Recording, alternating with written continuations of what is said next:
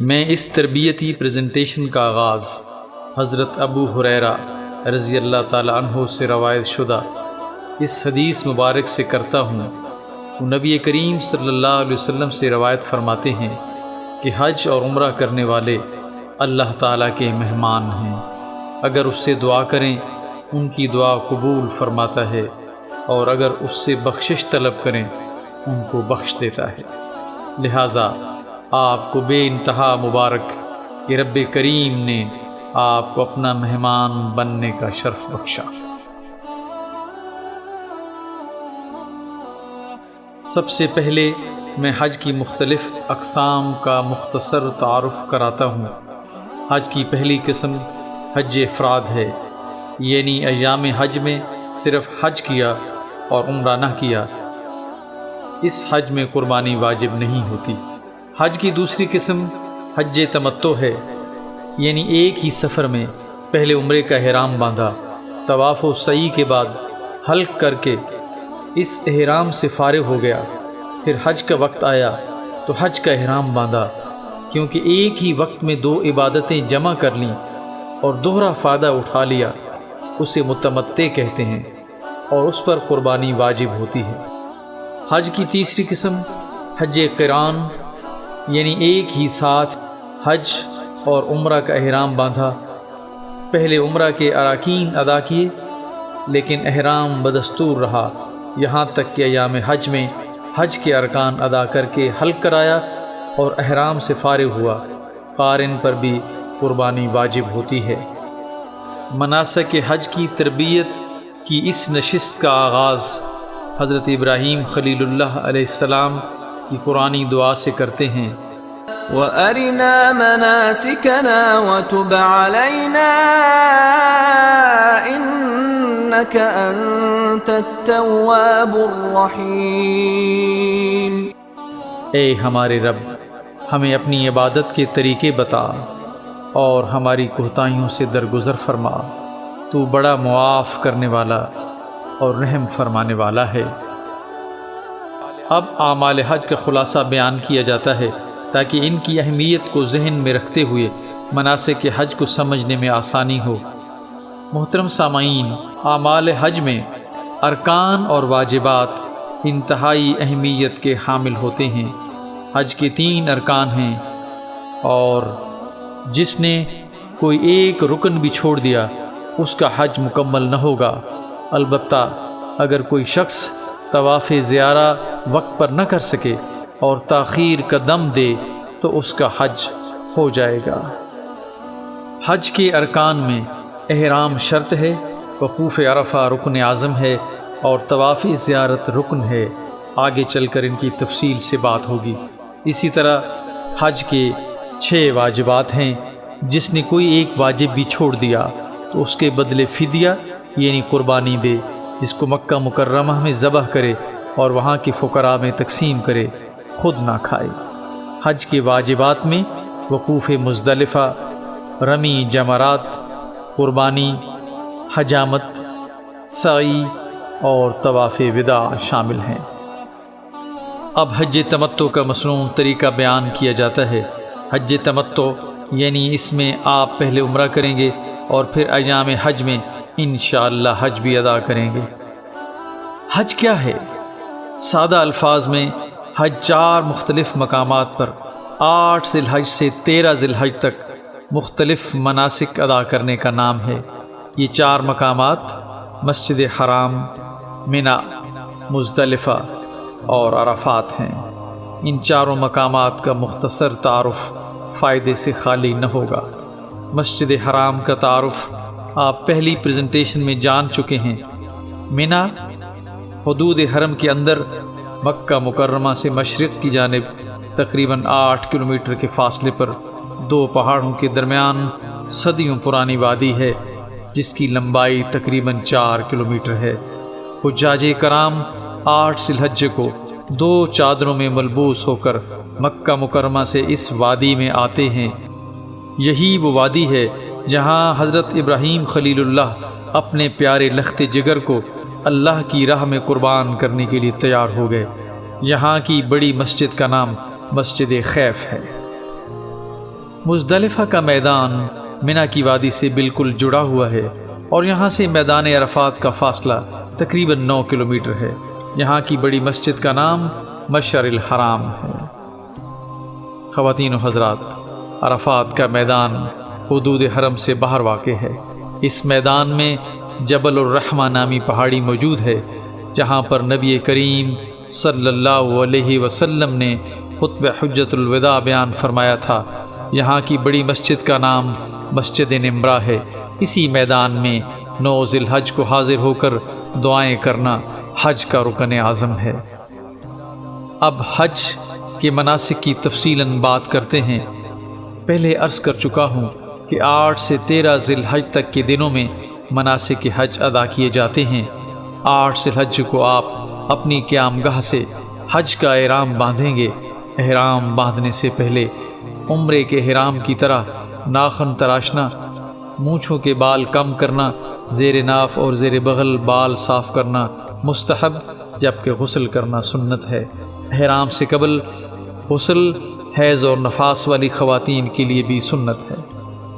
احرام کی چادریں اوڑھنے کے بعد نماز برائے احرام ادا کیجیے۔ اس کے بعد حج کی نیت کیجیے۔ عربی زبان میں اللہم لبیک حجہ کہیں یا اپنی زبان میں کہیں اے اللہ، میں تیری رضا کے لیے حج کی نیت کرتا ہوں، تو اسے میرے لیے آسان کر دے اور قبول فرما لے۔ نیت کے بعد مرد 3 بار بلند آواز میں اور خواتین آہستہ تلبیہ پڑھیں۔ لبیک اللہم لبیک لبیک لا شریک لک لبیک ان الحمد والنعمت لک والملک لا شریک لک۔ تلبیہ پکارنے کے بعد دعا کرنا سنت عمل ہے۔ آپ نے مکہ مکرمہ میں اپنی رہائش گاہ سے منا روانہ ہونا ہے۔ آج کل رش سے بچنے کے لیے معلم کے ذمہ دار افراد 7 ذی الحجہ کو ہی منا لے جاتے ہیں۔ ان سے اس سلسلے میں تعاون کریں۔ منا جاتے ہوئے آپ صرف ضروری سامان لے کر جائیں، جس کی فہرست میں شلوار قمیض 1 عدد، جوتا 1 عدد، حجامت کا سامان، بلیڈ، سیفٹی ریزر، کینچی وغیرہ، گرم چادر 1 عدد، سردیوں کے موسم کے لیے چھتری 1 عدد، برتن 1 پلیٹ، مگ اور چمچ، متفرق سامان، ٹیشو پیپرز، کھانے پینے کی اشیاء یعنی بسکٹ، ڈبل روٹی وغیرہ، دعاؤں کی کتاب، کنکریوں کی تھیلیاں، صابن بغیر خوشبو، شیمپو، چاقو، چھری، ادویات، تکیہ، موبائل فون اور 1 ایکسٹینشن بورڈ اور بیٹری، چٹائی، ٹوتھ پیسٹ اور ٹوتھ برش۔ ایک ہی احرام جو آپ نے پہنا ہوا ہے وہی کافی ہوگا۔ اگر خدا نخواستہ نیچے والی چادر پاک نہ رہے تو اوپر والی چادر نیچے باندھ لیں اور دوسری چادر دھو اور نچوڑ کر اوپر کر لیں، تھوڑی ہی دیر میں خشک ہو جائے گی۔ منا جانے کے لیے آپ کا معلم بسیں فراہم کرے گا۔ رش کی وجہ سے بسیں عموماً دیے گئے وقت سے تاخیر سے آتی ہیں۔ اس سلسلے میں صبر کا مظاہرہ کریں۔ چونکہ منا پاکستانی سرکاری رہائشوں سے قریب ہی ہوتا ہے، لہٰذا اگر آپ کو منا میں اپنے مکتب کا اچھی طرح علم ہے تو اپنے دوستوں کے ہمراہ پیدل بھی جا سکتے ہیں۔ سفر چاہے جس طرح کریں، لبیک محبت سے اور زور سے پکارتے ہوئے جائیں، کیونکہ یہ عمل رب کریم کو بہت پسند ہے۔ یوں حج کے پہلے دن آپ مکہ مکرمہ سے منا پہنچیں گے۔ یہاں آپ 8 ذی الحج کی ظہر، عصر، مغرب، عشاء اور 9 ذی الحج کی فجر کی نماز اپنے اپنے وقت پر ادا کریں گے۔ حج کے ایام کا زیادہ تر وقت آپ منا میں بسر کریں گے، لہٰذا یہاں کے بارے میں کچھ ضروری باتیں ذہن نشین کر لیں تاکہ آپ کو کسی قسم کی دشواری نہ ہو۔ سب سے پہلے منا حدود بورڈ کی تصویر دیکھیے۔ اس سلائیڈ میں دائیں طرف منا کی حدود شروع ہونے اور بائیں طرف منا حدود ختم ہونے کا بورڈ دکھایا گیا ہے۔ دونوں بورڈوں پر ایک مربع نما شکل منا کے میدان کو ظاہر کرتی ہے، جبکہ حدود شروع ہونے والے بورڈ میں ایک تیر مربع شکل کے اندر کی طرف جاتا دکھایا گیا ہے۔ اگر یہ بورڈ آپ کو نظر آئے تو اس کا مطلب یہ ہے کہ آپ منا کی حدود سے باہر موجود ہیں۔ اس سلائیڈ کے بائیں جانب تیر کا نشان مربع شکل سے باہر نکلتا دکھایا گیا ہے۔ یہ منا کی حدود کے خاتمے کو ظاہر کرتا ہے۔ اگر آپ کو یہ بورڈ نظر آئے تو اس کا مطلب ہے آپ منا کی حدود کے اندر موجود ہیں۔ پاکستان روانگی سے قبل آپ کو اپنا مکتب نمبر اور بلڈنگ نمبر بتا دیا جاتا ہے۔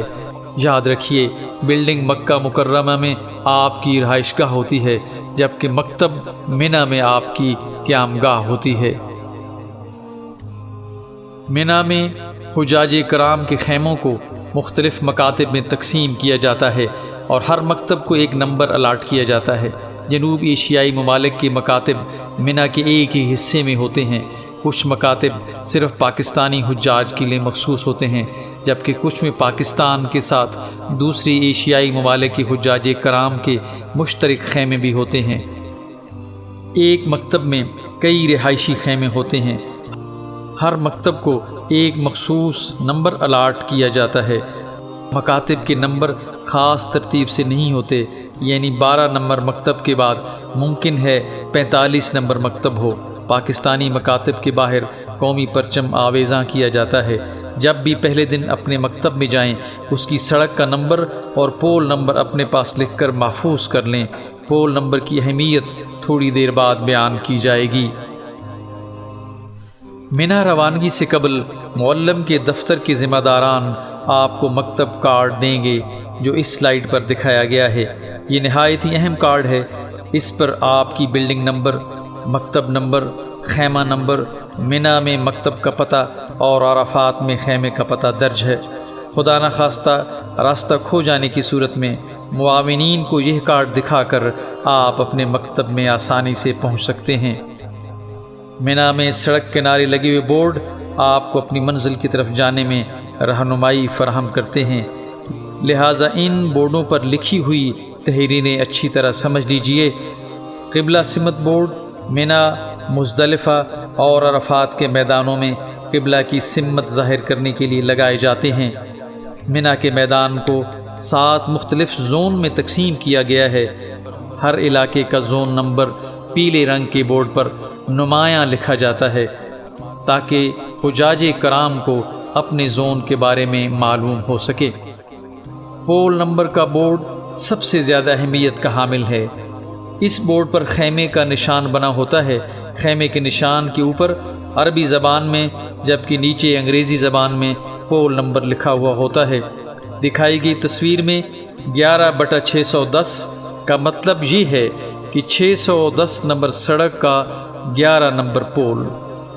اپنے مکتب کا پول نمبر ہاتھ پر بنے شناختی بینڈ پر بھی لکھ لیجئے، اور کسی وقت بھی اپنے مکتب کا راستہ کھو جانے کی صورت میں کسی بھی معاون کو پول نمبر دکھا کر آپ رہنمائی حاصل کر سکتے ہیں۔ حجاج کرام کو منا اور عرفات میں مفت طبی سہولیات فراہم کرنے کے لیے سعودی حکومت کئی چھوٹے بڑے ہسپتال قائم کرتی ہے۔ منا کے وضو خانوں میں نماز کے اوقات سے پہلے بہت بھیڑ ہو جاتی ہے، لہٰذا وضو کے لیے مناسب وقت کا انتخاب کیجیے۔ غسل خانوں اور وضو کی ٹونٹیوں میں پانی زیادہ پریشر سے آتا ہے، لہٰذا استعمال کے وقت انہیں احتیاط سے کھولیے۔ نیو منا وقت گزرنے کے ساتھ یوں حجاج بیت اللہ کی تعداد میں اضافہ ہوتا گیا تو منا کی وادی اپنی تمام تر وسعتوں کے باوجود، لہٰذا سعودی حکومت نے مستند علماء کرام کے فتویٰ کی روشنی میں حجاج کے رہائشی خیموں کو قدیمی منا کے بالکل ساتھ مزدلفہ کے میدان میں فیصل پل تک بڑھا دیا۔ عرف عام میں اسے نیو منا کہا جاتا ہے۔ یہاں حجاج کرام کا ٹھہرنا ان کے منا کے قیام کو ہی ظاہر کرتا ہے۔ حجاج کرام 8 ذی الحجہ کا دن منا میں گزارنے کے بعد 9 ذی الحجہ یعنی یوم العرفہ کو طلوع آفتاب کے بعد لا الہ الا اللہ، اللہ اکبر اور تلبیہ پکارتے ہوئے منا سے عرفات روانہ ہوتے ہیں۔ منا سے عرفات جانے کے لیے پیدل سفر کرنے کے علاوہ معلم کی مہیا کردہ بسیں استعمال کی جاتی ہیں۔ عموماً سرکاری سکیم کے تحت سفر حج پر جانے والے حجاج کرام ٹرین کے ذریعے سفر کرتے ہیں۔ ٹرین ٹکٹ ایک نیلے رنگ کا بینڈ ہوتا ہے جو کلائی پر باندھا جاتا ہے۔ حج کے تمام دنوں میں ٹکٹ کلائی پر ہی بندھا رہتا ہے اور تمام سفر کے لیے یہ قابل قبول ہوتا ہے۔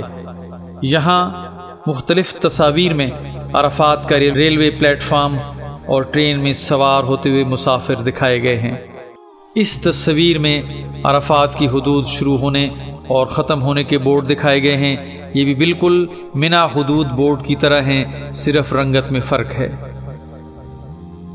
یہاں پر عرفات کے پرانے حدود بورڈ نظر آ رہے ہیں جو آج بھی عرفات کے میدان میں موجود ہیں۔ وقوف عرفہ حج کا رکن اعظم ہے، اس کے بغیر حج نہیں ہوتا۔ عرفہ کا دن سب سے بہترین دن کہ جس دن حجاج عرفات کے میدان میں جمع ہوتے ہیں اور مغرب تک وہاں رہتے ہیں۔ اس دن اللہ تعالیٰ فرشتوں سے اپنے بندوں کا ذکر فخریہ طور پر فرماتے ہیں اور ان کی خطائیں معاف فرماتے ہیں۔ اس تصویر میں میدان عرفات میں موجود وضو خانے دکھائے گئے ہیں۔ عرفات کے میدان میں غسل کرنا سنت ہے۔ عرفات کی مسجد نمرہ میں ظہر اور عصر کی نمازیں ملا کر ایک اذان اور 2 اقامتوں کے ساتھ ظہر کے وقت ادا کی جاتی ہیں اور امام صاحب جمعہ کا خطبہ بھی پڑھتے ہیں۔ اگر آپ مسجد نمرہ آسانی کے ساتھ جا سکتے ہیں تو امام صاحب کی اقتداء میں اسی طرح نمازیں قصر ادا کریں، اور اگر آپ مسجد نمرہ سے دور اپنے مکتب میں ہیں تو ظہر اور عصر کی نمازیں اپنے اپنے وقت پر ادا کریں۔ عرفہ کا دن انتہائی قیمتی دن ہے۔ زوال سے لے کر غروب آفتاب تک اپنے اپنے مکاتب میں ہی قبلہ رخ کھڑے ہو کر دعائیں کریں۔ اسے ہی وقوف عرفہ کہا جاتا ہے۔ قبولیت کے یقین کے ساتھ خوب رو رو کر دعائیں کریں۔ دعاؤں کے درمیان تلبیہ بھی پڑھتے رہیں۔ تھک جائیں تو بیٹھ جائیں، دھوپ تیز ہو تو سائے میں، ورنہ کھلے آسمان کے نیچے اپنے رب کے سامنے دامن طلب پھیلائے رکھیں۔ گن گن کر ایک ایک گناہ کی استغفار مانگ لیں۔ آج اپنے گناہ بخشوانے کا دن ہے۔ زندگی کے ان قیمتی لمحات کو ہرگز خالی نہ چھوڑیں۔ غروب آفتاب کے بعد نماز مغرب ادا کیے بغیر سکون و وقار کے ساتھ تلبیہ پکارتے ہوئے حجاج کرام مزدلفہ کے لیے روانہ ہوتے ہیں۔ محترم حجاج کرام، عموماً ہم سورج غروب ہوتے ہی مغرب کی نماز ادا کرتے ہیں، لیکن آج سورج غروب ہو گیا، ہم نماز مغرب ادا نہیں کریں گے۔ آج ضابطے بدل دیے گئے ہیں۔ سورج غروب ہو چکا لیکن مغرب کی نماز ادا نہیں کی جائے گی۔ آج ہم مغرب کی نماز عشاء کے ساتھ ملا کر مزدلفہ کے میدان میں ادا کریں گے۔ کیوں؟ ہاں اسی لیے کہ خداوند کریم کے پیارے محبوب صلی اللہ علیہ وآلہ وسلم نے حج کے موقع پر ایسا ہی کیا تھا۔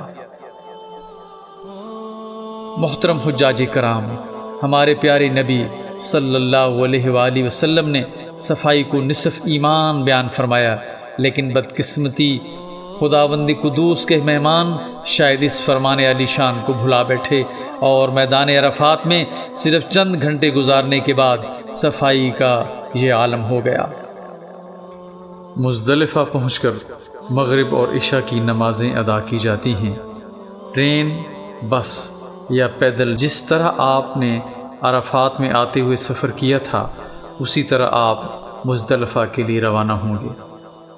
رب کریم اپنی کتاب میں فرماتے ہیں، فَإِذَا أَفَضْتُم مِّنْ عَرَفَاتٍ فَاذْكُرُوا اللَّهَ عِندَ الْمَشْعَرِ الْحَرَامِ وَاذْكُرُوا كَمَا هَدَاكُمْ وَإِن كُنتُم مِّن قَبْلِهِ لَمِنَ الضَّالِّينَ۔ پھر جب عرفات سے چلو تو مشعر الحرام یعنی مزدلفہ کے پاس ٹھہر کر اللہ کو یاد کرو، اور اس طرح یاد کرو جس کی ہدایت اس نے تمہیں دی، ورنہ اس سے پہلے تم لوگ بھٹکے ہوئے تھے۔ یہاں مزدلفہ کی حدود کے آغاز اور خاتمے کی نشاندہی والے بورڈ دکھائے گئے ہیں۔ ان کو سمجھنا بھی انتہائی ضروری ہے، ورنہ وقوف مزدلفہ حدود کے باہر ہی کر لینے کا احتمال ہوتا ہے۔ ان کی تفصیل بھی منی کے حدود بورڈ کی طرح ہی ہے۔ مزدلفہ میں عشاء کے وقت یا جب بھی آپ وہاں پہنچیں، مغرب اور عشاء کی نمازیں ایک ہی وقت میں ادا کی جائیں گی۔ دونوں نمازوں کو ملا کر پڑھنا واجب ہے، خواہ اکیلا ہی پڑھے۔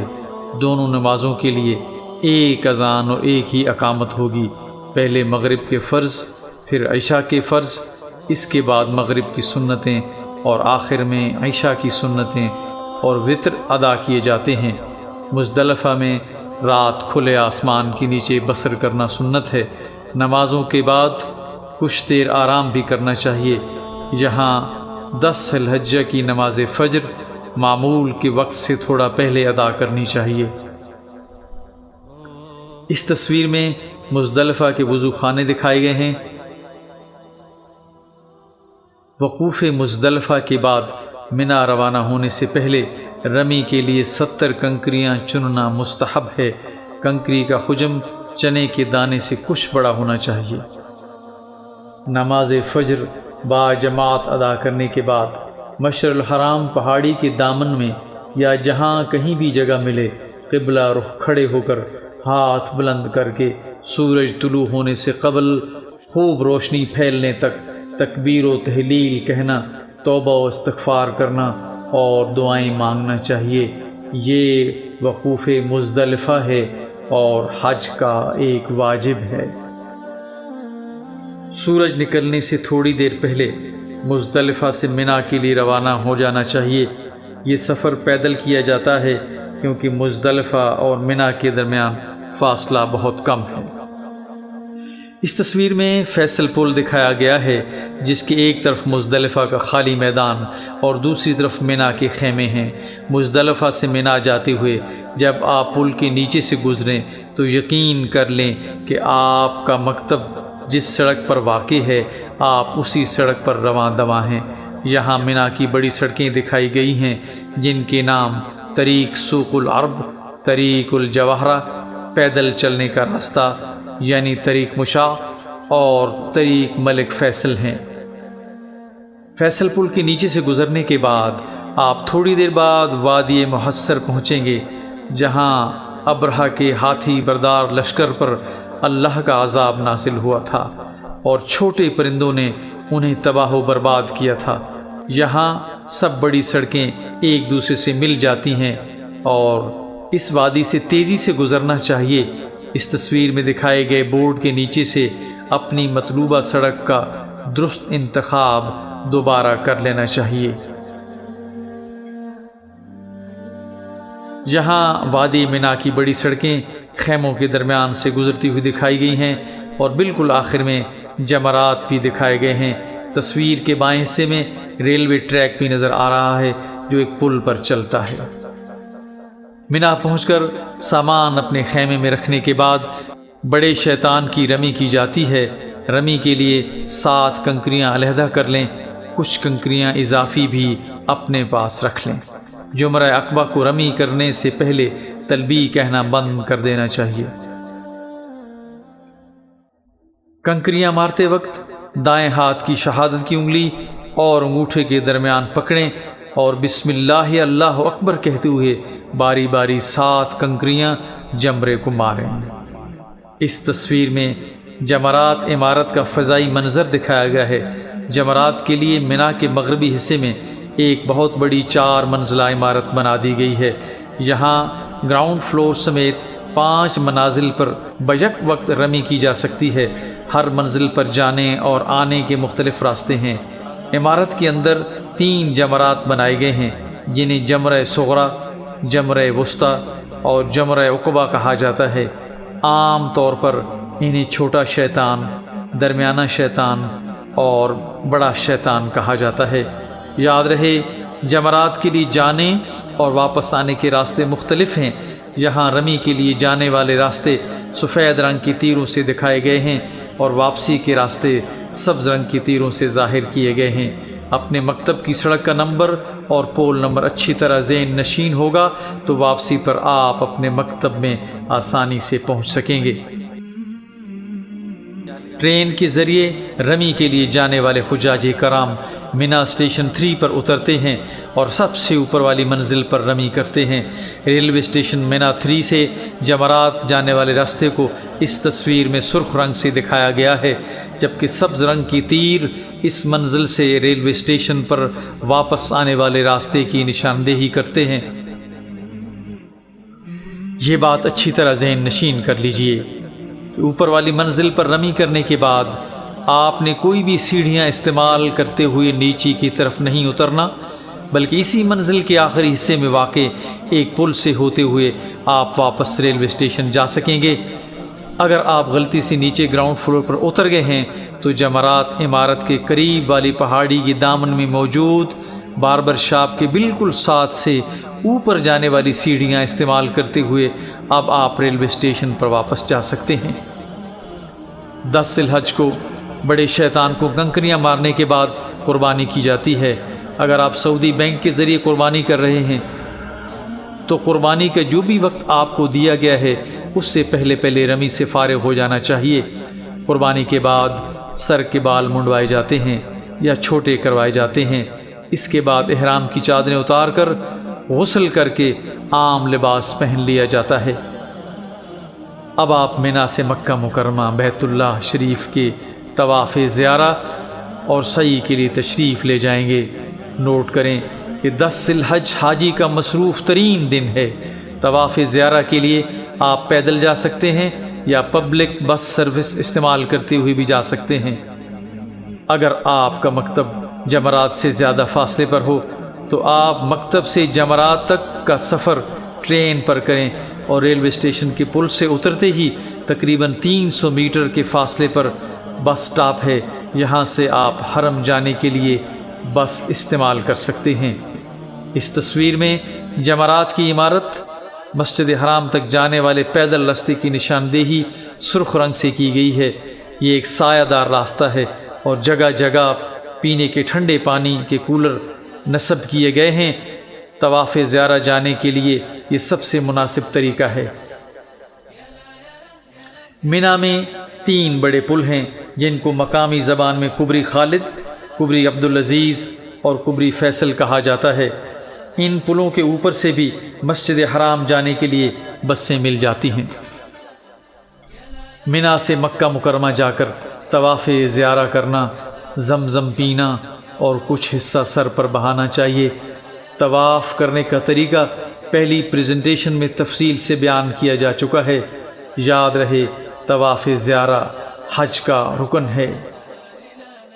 خواتین و حضرات، جب طواف زیارہ کے لیے آپ مسجد حرام میں داخل ہوں گے تو آج بیت اللہ شریف نئے کپڑے پہن کر آپ کا استقبال کرے گا، کیونکہ 9 ذی الحج کو جب آپ عرفات میں موجود تھے تو بیت اللہ شریف کا غلاف تبدیل کر دیا گیا تھا۔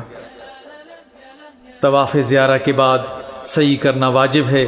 طریقہ پہلی پریزنٹیشن میں تفصیلی بیان ہو چکا ہے۔ طواف زیارہ اور سعی کرنے کے بعد حجاج کرام مینا واپس لوٹ جاتے ہیں۔ 11، 12 اور 13 ذی الحج کو ایام تشریق کہا جاتا ہے۔ یہ دن حجاج کرام مینا میں گزارتے ہیں۔ اس دوران کثرت سے توبہ استغفار، حمد و ثنا، لا الہ الا اللہ اور اللہ اکبر کا ورد کرتے ہوئے دعائیں مانگنا چاہیے اور اس قیمتی وقت کو ضائع نہیں کرنا چاہیے۔ ایام تشریق میں مینا کے خیموں کا اندرونی منظر اس تصویر میں دکھایا گیا ہے۔ 11، 12 اور 13 ذی الحج کو حجاج روزانہ زوال آفتاب کے بعد جمرہ اولا، جمرہ وسطیٰ اور جمرہ عقبہ کی بالترتیب رمی کرتے ہیں۔ چھوٹے اور درمیانے جمرے پر رمی کرنے کے بعد قبلہ رخ ہو کر دعا کرنا سنت عمل ہے، جبکہ بڑے جمرے کو رمی کرنے کے بعد دعا مانگے بغیر واپس لوٹ جانا چاہیے، جبکہ بڑے جمرے سے رمی کرنے کے بعد دعا مانگے بغیر واپس لوٹ جانا چاہیے۔ جن جمرات پر دعا مانگنا سنت ہے ان کے بعد قبلہ سمت بورڈ بھی لگا دیے گئے ہیں تاکہ حجاج کرام کو آسانی ہو۔ 12 ذی الحج کو منا سے واپس جا سکتے ہیں۔ اگر اس دن واپس جانا ہو تو غروب آفتاب سے قبل منا سے نکل جانا چاہیے۔ آخری دن اگر جمرات کی دوسری منزل پر رمی کی جائے تو وہاں سے عزیزیہ جانے کا خاص راستہ بنایا گیا ہے۔ گراؤنڈ فلور سے دوسری منزل پر جانے کے لیے بھی ایک خاص راستہ بنایا گیا ہے جو سیڑھیوں سے ہوتا ہوا دوسری منزل پر لے جاتا ہے۔ حجاج کرام دوسری منزل پر رمی کرنے کے بعد عزیزیہ کا مخصوص راستہ استعمال کرتے ہوئے اپنی عمارات میں واپس جا سکتے ہیں۔ قرآن مجید کی اس آیت کریمہ میں حجاج کرام کو اجازت مرحمت فرمائی گئی ہے کہ اگر وہ چاہیں تو 12 ذی الحج کو منا سے مکہ مکرمہ واپس چلے جائیں، اور اگر چاہیں تو 13 ذی الحج کو واپس جائیں۔ واذكروا الله في أيام معدودات فمن تعجل في يومين فلا إثم عليه ومن تأخر فلا إثم عليه لمن اتقى واتقوا الله واعلموا أنكم إليه تحشرون۔ اور قیام منا کے دنوں میں جو گنتی کے دن ہیں اللہ کو یاد کرو۔ اگر کوئی جلدی کرے اور 2 ہی دن میں چل دے تو اس پر بھی کچھ گناہ نہیں، اور جو بعد تک ٹھہرا رہے اس پر بھی کچھ گناہ نہیں۔ یہ باتیں اس شخص کے لیے ہیں جو اللہ سے ڈرے، اور تم لوگ اللہ سے ڈرتے رہو اور جان رکھو کہ تم سب اس کے پاس جمع کیے جاؤ گے۔ حج کے تمام ارکان اور واجبات ادا کرنے کے بعد آپ صلی اللہ علیہ وآلہ وسلم کی سنت مبارکہ پر عمل کرتے ہوئے حج کا آخری عمل طواف وداع کرنا ہے۔ طواف وداع حج کا آخری واجب ہے جسے وطن لوٹنے سے قبل ہر حاجی پر ادا کرنا ضروری ہے۔ اب آپ کی سہولت کے لیے حج تمتع کے تمام ارکان ایک چارٹ کی صورت میں دکھائے جاتے ہیں۔